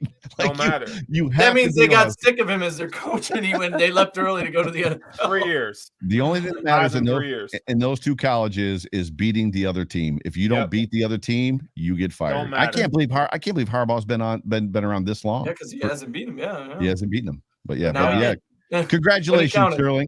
Congratulations. Yeah, I'm happy for your Michigan Wolverines. I couldn't believe it when I saw it. I was like, backstroke in the pool, like hang out in the jacuzzi, grab a margarita, just live it up and enjoy this moment for sure. So I like this scenario coming back to the Bills here from Biggie Scooby. Great name, by the way. I hope the Bills end up as the number 7 seed, beat the number 2 Kansas City Chiefs in Kansas City, obviously, and then go on to play the number 1 New England Patriots. That would be an incredible path for the Buffalo Bills. Happening. If you beat Kansas City in round 1 in Kansas City, that's an accomplishment right there. But we play oh my God. Oh, that would break the playoffs right there. That would see. I was okay with Steve hanging out with us tonight because he's a Patriots fan and a Boston fan. But the fact that you have to go and do this when Tom Brady played at the University of Michigan. So, like, you're saying Tom Brady is an asshole when you say stuff like this, okay?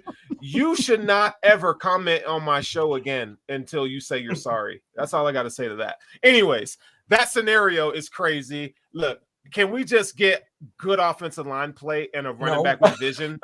Like, I would be happy with that. Well, here's one of the true problems I have with a game like last night, right? Everybody's like, we need a running back.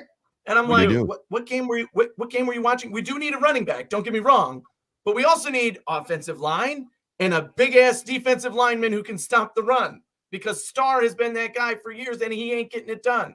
I hate to burst your bubble, Anthony, but if the Buffalo Bills have Travis Henry, Willis McGahee, LaShawn McCoy, Fred Jackson, Marshawn Lynch, they win that football game. Oh, we need to. You didn't let me finish. They win that football game. If they have any one of those running backs in that game last night, they win that game.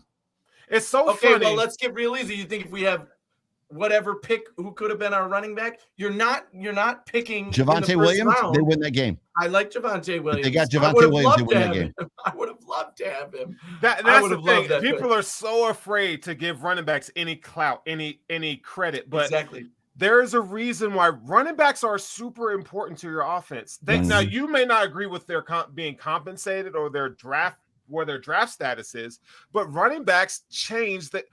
You mean to tell me a guy, and this is not saying he's going to be on the Bills, but if the Bills had a guy like Alvin Kamara, not even an issue. He's a perfect complement to what the Bills are trying to do from a philosophy standpoint on offense. A guy like Christian McCaffrey. Like, the Bills need somebody that has vision and speed, can catch the ball in the backfield, can read an offensive line in a blocking scheme, and can break a tackle every now and then. We need somebody to live up to. Javonte Williams was not a first-round pick, right? Like, I mean, this is he could have been taken at 30. Very well could have been. He could have been. He had first-round talent. Yeah, they're guys that have first-round talent. I mean, you put any of those guys on the Bills this past. What? This season has proven, in my opinion, and you know that I love the content creator community. I love Eric. I love Greg. I love Bruce. I love all these guys that are 1,000 times smarter than me. This season has proven that you have to spend draft capital on a running back. That matters. If you swing and miss 2 times in a row, that's mostly where it is, right? If you swing and miss 2 times in a row, this is what you get. You get a football team that can't run the football in 60-mile-an-hour winds. And the offensive line is not playing good, but it's not as bad as when you look at the film. The offensive line is not as bad as we think. Now, they have some lapses. They're not good. They're not good. But if you put a running back there that has some foot speed and some vision and contact balance, it will mask a lot of the offensive line's inefficiencies. Yep. You go and watch the film. Last night is a perfect example. Damn, and they did okay last night. You're right. Almost never do you have an elite offensive line and elite running back. Dallas Cowboys in the 90s offensive line, Emmitt Smith. Almost never. Dallas Cowboys recently with Zeke. He's not anywhere where he's supposed to be right now. So if that's the point, then I'll take an elite offensive line with an average Joe running back. Just then you need 5. Then you need 5 of them versus 1. Look at the Broncos. Good offensive line, great scheme, average running back. Yep. Yep. But you have to get a guy that fits the scheme. You can't just have any running back. Yes. They have to fit the scheme. I think that's part of the problem. I think the true answer would be to find a team that has a guy that you've seen enough in that you're like, we think that could be the guy who fits the scheme. Naheem Hines. Draft is always so dangerous. Naheem Hines. Draft a guy and expect him to come in day one and do it, because what if he is a failure as a draft pick? That happens with a lot of guys. You can't.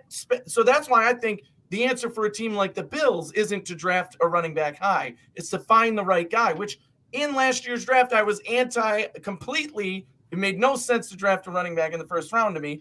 But if you could have got one later, there was plenty of names on that board that I was excited for and said the Bills should get this guy if they can. I would be happy if the Bills got this guy, but not in the first round, in the fourth round. And those guys are already better than our running back. But here's the deal. This is what you have to look at. You can't look at that in a vacuum. You have to look at what are your attributes on the offense. You have Josh Allen. You have he's the best, one of the top 3 dual threat quarterbacks in the league. I would say Lamar Jackson, Kyler Murray, Josh Allen, as far as dual threats, they don't get much better than that. You have to, it's like having a Ferrari and now you need to put a turbo on it. Like you need to like make that better. Like it wouldn't the Bills can have a luxury. I wouldn't even go that far. You get a Ferrari and you're going to put it in gear because the Bills don't.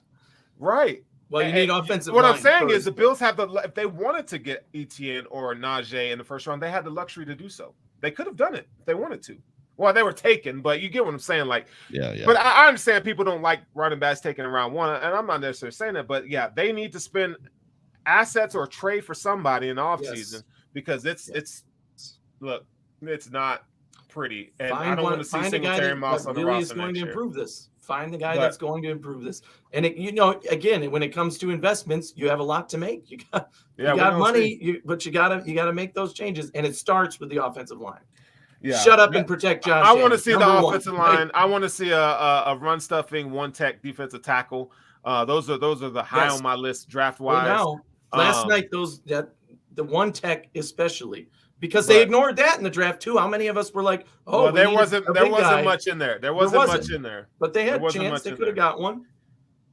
I mean, Patriots got Christian Barmore. He's but whatever. So anyway, man, we've run out. Dude, we've been on here for an hour and a half. Josh Allen, though. It's Christian Barmore. He did. Josh Allen. Big man. Quality content, in my opinion.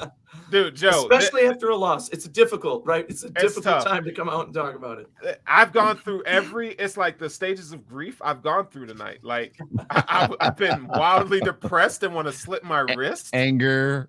Look, I wanted to show this. Oh my gosh, look, this is what I have for everybody tonight. This is funny. Look at this. That's what I felt like as a Bills fan coming in here, like everybody get in the room and show me on the doll where she hurt you. Like, if you're a South Park fan, you know what I'm talking about. I wore my Bills suit yesterday to work, and my colleagues today were coming up to me like, "Are you okay? Are you okay? I'm sorry, man. Are you okay?" And I laugh every time because I'm like, I've been a Bills fan my entire life. That we had 25 years of being the worst possible thing you could ever imagine. Pain, suffering, heartbreak. At least we have a winning record. Right I texted Nolan today. And I was like, I'm going to be honest with you. It was much better and easier sucking for 20 years and hoping that the offense could just match the defense, or the defense could just match the offense, and we could sneak into the playoffs. If we can get a quarterback that can be top 15, we could sneak into the playoffs. That was so much easier to take when it all crumbled than, holy shit, we're a Super Bowl team. Yeah. Nope. Like, this is hard, dude. This is a new position for us Bills fans, because we're like, wait a minute. We were supposed to be good now. It's because when we were a Super Bowl team, we made it to the Super Bowl every year. Now we're supposed to be a Super Bowl team, and it's like, no. We don't even know if we're gonna make the playoffs. I know that you've got a Super Bowl team in Buffalo, but it's in the script that the Patriots are supposed to play the Bucs this year. Sorry, Buffalo. Sorry. I know it feels like WWE, doesn't it? Yes, that's what I said. Hulk Hogan and Andre the Giant. Like, if that happens, Joe Miller, I will never forgive it's you. Like I will just. It's like take the snow globe and shake it. You already know, like, the shit's falling in one way or the other. It's coming down. Like, you just get whatever. the things that would have to have a line for that to happen right now with teams like, Have you who are been the best teams in watching the NFL football right now? Have you been watching But even football? in the NFC, Antonio Green Bay, Brown goes. Antonio Brown goes out because he's got a fake vaccination card, and you're like, that's not going to help their offense. What happens? Chris Godwin has the game of his life. 189 yards or something. He had. Chris Godwin had 189 yards. And then I don't even think that's okay. But Brady's saying what he said post game. Oh my God! With right. what? About he's circling this game and it's so. Oh my God! I'm telling you, my heart broke. I'm like, oh shit! And then he's gonna troll us. He's gonna troll us on social media. He's gonna, and then we're gonna have to see it. Joe, can you take a dildo and throw it on the field in Tampa? Can you do that for me? Keep that streak going. I don't want my bag searched and have that be found. Sorry. If you're listening to this show and you're in Tampa, take a dildo. I don't care if it's big and black. I don't care. But just huck it. Just throw that shit out there, man. Maybe Antonio Brown's Kodak black hair catch it. I don't know. But amazing. I'm just saying, dog, like it's rough right now. Now I got to go drink an ounce of why in the first time in my life, probably I don't want to watch the Bills game this week.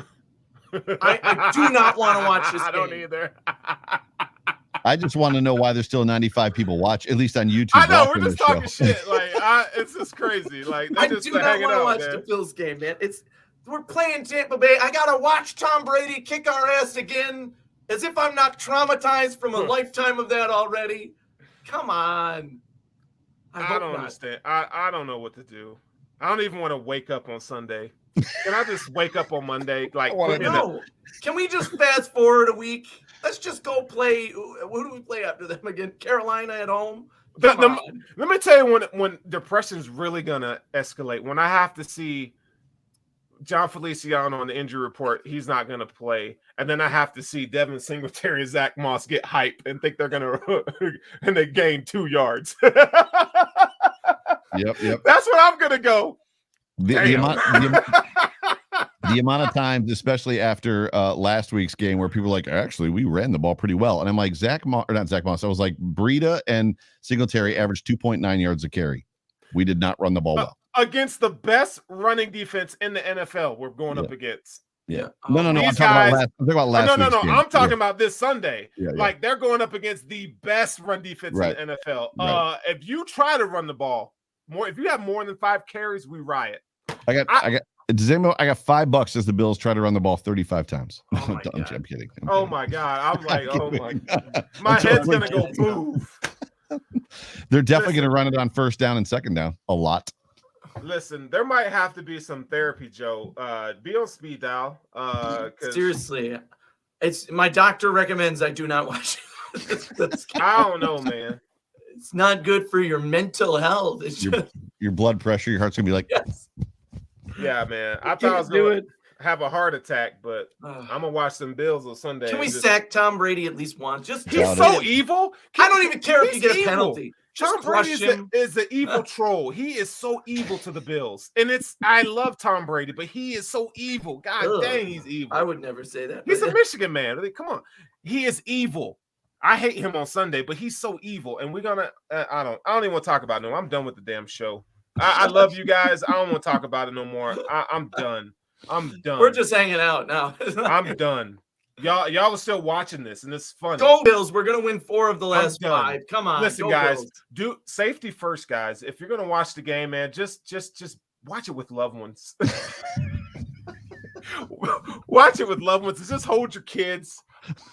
Peyton, you missed it. Peyton was like, if the Bills lose this football game, I'm going to be driving Joe to like get counseling because Peyton's going to be down there in Tampa. We're going to get to meet, which is cool. And I put in the comment section, I was like, Peyton, if the Bills lose 50-10, we're going to be like man on man, like embracing at the end of this football game. And he's like, you're right. That's what we're going to be doing. You're going to be playing everybody hurt. Oh, why are you singing that with your face? Because that's what you're gonna look like. You look like you haven't seen the Adam Sandler and what's his name? You look like you got bubble guts. Because you're gonna be crying. You're gonna be. It's sad. Somebody kill me, please. Yes. Put a bullet in my head. If you have a wife, this is the perfect time, baby. Go Christmas shopping. Yeah. Just send her on her way, man. Because Payne's got it up there. Hello, darkness, my old friend. That's right. I've come to talk to you again. God, man. If the outrage after this loss was this big, I mean, next week it's only going to be worse, and then we're going to win 4 straight and get into the playoffs at least. But hey, my God, you know it's bad. Y'all know y'all feel me on this. When shit hits the fan and you get everybody together, you go, man, guys, what are we thankful for? That's what everybody needs to do on Sunday morning. What are we thankful for? I have a roof over my head. I have food on the table. You look into I have a job. A semi-popular podcast. Honey, you know how much I love you. I just loved you so much. What am I thankful for? That's what I'm going to be on Sunday. I may not be the headliner on my own network, but you know what? People listen to me. And that's sometimes. Sometimes. You guys relate. You know what I'm talking about. Hello, darkness, my old friend. Oh my God, I can't do it. Oh my God. God. Self-help books. Okay. For Christmas, we're all getting self-help books. Bro, this is terrible. I hate football today. I'm gonna go listen to Atlanta's Morissette. This is what I'm gonna pain. Isn't it ironic? Right? Hey, she was the most heartbroken hot chick I've ever seen in my life, bro. She pretend like she ain't never had a successful relationship. Well, when she sings about going down on men in a theater, I don't know how it could get any better after that. Yeah. So, well, listen, they made really good knee pads back then. So we have derailed. We've gone off. We've gone off. If Sean McDermott was in this, if he was in the fourth square, he'd have the same face on he had last night. Like panic. All that fake anger he was having about damn illegal. That's a legal procedure. Like, man, sit your ass down somewhere, bro. I'm tired of it. It was, but they didn't call it. You think they're gonna be like? You think they're gonna be like? Oh yeah. Oh, Sean, you're right. Let me fix that. Like, they won't. Next play, man. Like, come on, dog. And this is after what's his name? The refs put out a thing or whatever, a tweet, and one of the coaches responded to it. The coaches are teaching the referees how to do their jobs. I just know the comment section. The comment section is winning right now because it feels like we're walking on broken glass. Like the comment section is just winning right now. Oh my God. Okay, look, they're still going. Look, super chat. Allen out. Look, Biggie Scooby. Allen outduels Brady. Bill shut down Tampa with a 3 defensive tackle base defense. Rousseau ends Brady's shoulder with a late hit. Bill's 50-13. Okay, so who are the 3 defensive tackles? I don't know, but Biggie Scooby's not been paying attention. 3. Maybe it's us 3. You know what? No. The, the Bills are going to sign Bobby Hart on Sunday, and he's going to start at defensive tackle. Yeah. That's what they're going to do. I think the hard part, and not to get back, so I brought it up on my show last night. I think what I struggle with is the Bills in the Colts game. We talked about it, were refused, and Leslie Frazier said it. We had at no point did we consider breaking out of the 4-2 nickel, and they were getting crushed. And then they go into this game and they're running 4-3, and it's like, oh, so without AJ Klein, by the way. But still, you can consider doing something that you're not. Meanwhile, on offense, we still won't do something. Yeah, we just keep doing the same damn thing. It's just So it's. I love this comedy. It's like a counseling session. It is, man. We're trying to free make of charge, minus your super chat. No, it's not free of charge. People need to start super chatting, and I better get a cut. Take it all, man. I mean, you're gonna need it. You're gonna be there taking the beat down. That's right. Yeah, right. You know what? I almost went to this game. But if you take the dildo down there and throw in the field, you can have all the super chat money for the year. All of it for the year. For the year. I want to see you throw it. You want to see me cock back and just punt it onto the field. I want to see the Joe Miller, the voice, just have that big old thing just come around your face and just Why is it going to be near my face? Why is it going to be near my How face? are you going to throw it? How are you going to throw it, man? A sidearm? I played baseball and No, football. because then it can hit you in the face because it's going to be like. Joe, I don't know why. I don't want to like, know how you're getting it in the stadium, though. I honestly don't want to. But this is to steal a quote from my friend Joe Miller here. Allen outduels Brady. Brady shuts down 3 Tampa. This is wildest dreams land, my friends. I'm sorry. We're living in wildest dreams land. Yeah, right I'm here. sorry. Did you see my tweet about that today? Somebody asked me, does Wildest Dreams Land still exist? And I put a caption or the gif of Leonardo DiCaprio, like from the Titanic, and just being like, I built you an unsinkable ship, my darling. Like that was my tweet today. Like, no, it does not exist. Hey, don't put it up there, but read the comment from Cody Finney. That shit's funny. Where's that?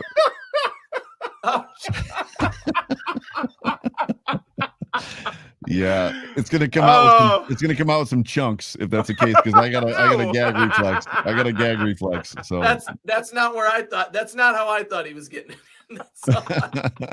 Because like literally, I'm like toothbrush on the tongue, and I'm like.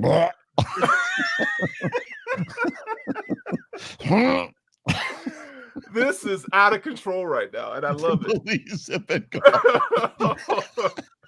We're gonna see Joe Miller on Twitter.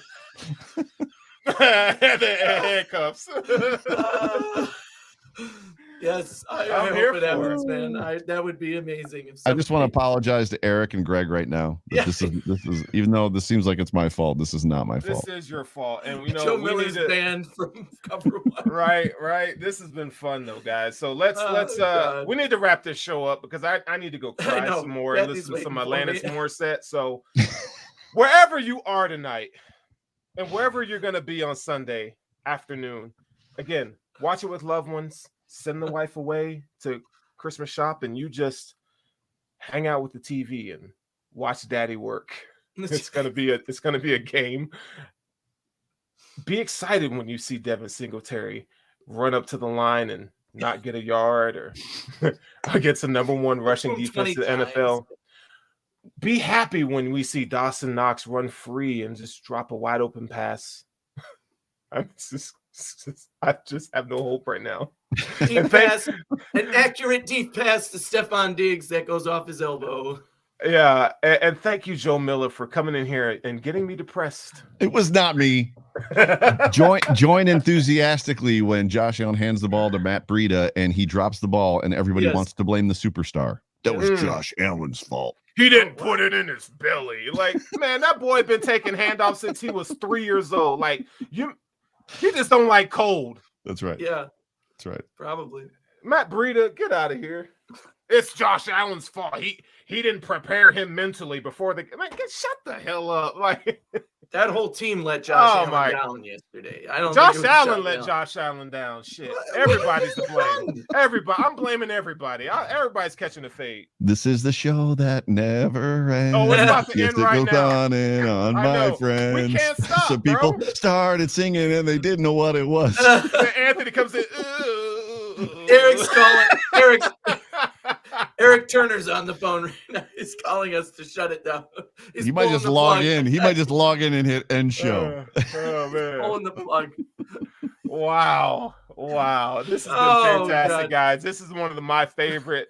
Look, people are still watching this mess. Kudos to the fans that y'all are still hanging out with us tonight. Dude, my first Dude Award last night. Dude went to the Bills Mafia.